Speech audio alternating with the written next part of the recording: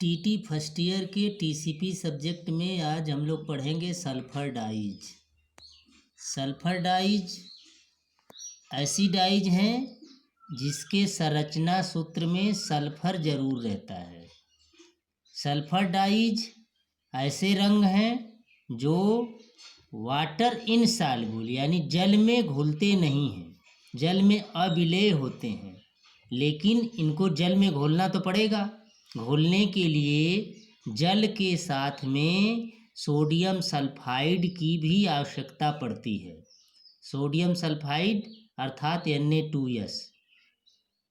Sulphur dies जब sodium sulphide की सहायता से जल में घुल जाती हैं, इसके बाद में ये सेलुलोज के प्रति बहुत अच्छी एफिनिटी रखती हैं, यानी सेलुलोजिक कपड़ों के पर बहुत आसानी से इनका प्रयोग किया जा सकता है।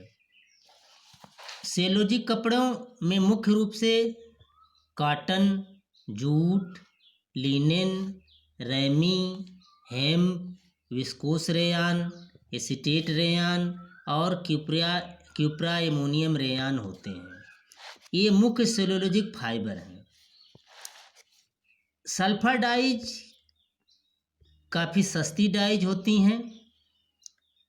इनको सोडियम सल्फाइड की सहायता से जल में घोलते हैं, लेकिन सोडियम सल्फाइड के साथ में सोडा ऐश भी डालते हैं।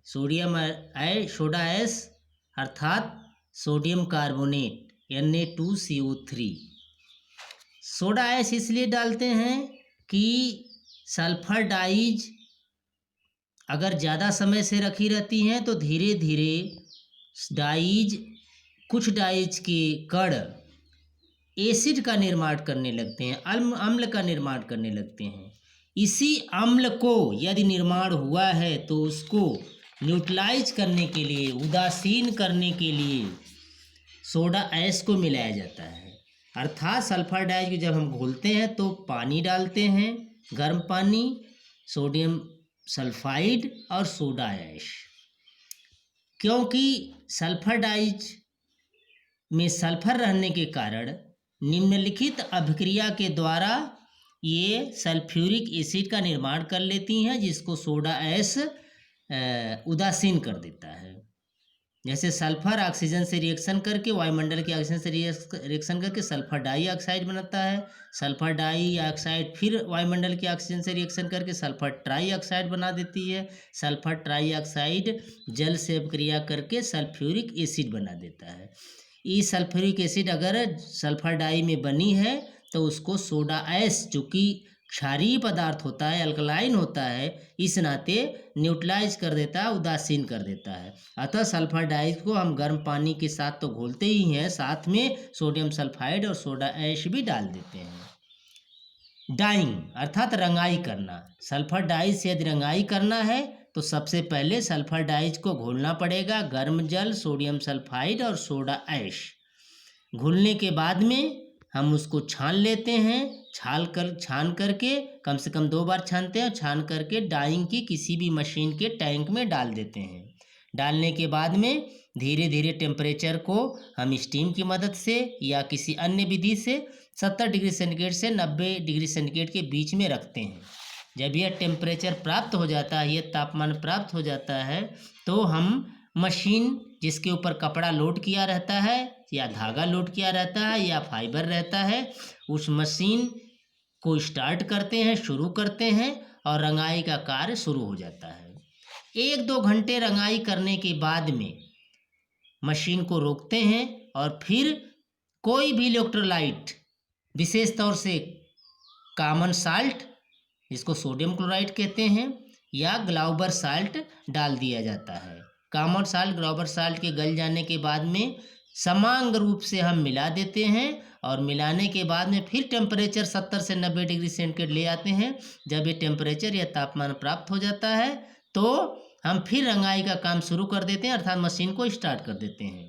कॉमन साल्ट या ग्लाउबर साल्ट एग्जास्टिंग एजेंट का काम करता है, अर्थात जल में से कलर को, डाई को, सल्फर डाई को निकाल करके कपड़े के ऊपर या धागे के ऊपर या रेशे के ऊपर पहुंचा देता है, अर्थात जल का साथ छोड़ करके डाई कपड़े के साथ में, धागे के साथ में आ जाती है और हमारा कपड़ा या धागा रंगाई हो जाता है, जल में डाई नहीं रह जाती है, यानी जल में कलर नहीं रह जाता है।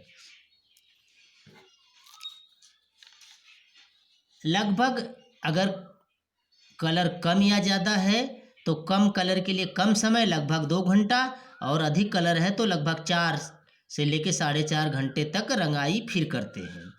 और इतने समय में सारा कलर जो है कपड़े के ऊपर पहुंच जाता, सल्फर डाई पूरा पहुंच जाती है और हमारा शेड अगर बराबर से मैच हो गया, बराबर से कलर कपड़े पे चढ़ गया और हमारा जैसा हम कलर चाह रहे हैं वैसा हो गया, तो बाद में जो बचा हुआ पानी रहता है उसको हम नाली में बहा देते हैं, जिसको ड्रेन आउट कहते हैं। नालियों को ज़्यादा ड्रेन हो जाता है।